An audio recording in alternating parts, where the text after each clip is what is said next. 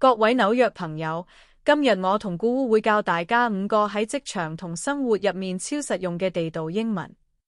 如果有人約你去啲你完全冇興趣嘅活動，你就可以好地道咁講嘅 That's not really my thing， 即係話呢啲嘢唔啱我玩。Like if Celeste asks me to go ballet dancing? No way, that's definitely not my thing. 紐約人節奏好快，如果你想叫人唔好兜圈，可以直接講 Let us cut to the chase， 即係直入正題啦。Time is money in NYC. Stop rambling and cut to the chase. 忙到透唔到氣，英文唔止可以用 busy， 仲可以用 I'm swamped， 即係廣東話講嘅我忙到甩肺。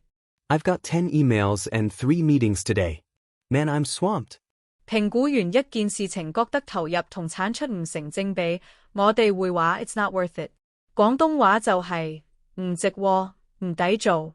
Waiting 2 hours for a mediocre bagel? Trust me, it's not worth it.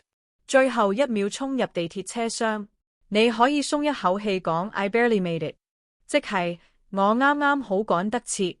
The doors were closing, but I barely made it. 今日呢5句黑板筆記記低咗未？學識咗就唔驚雞同鴨講啦。Stay sharp and keep practicing. 記得訂閱 New York and You SNG， 下集見。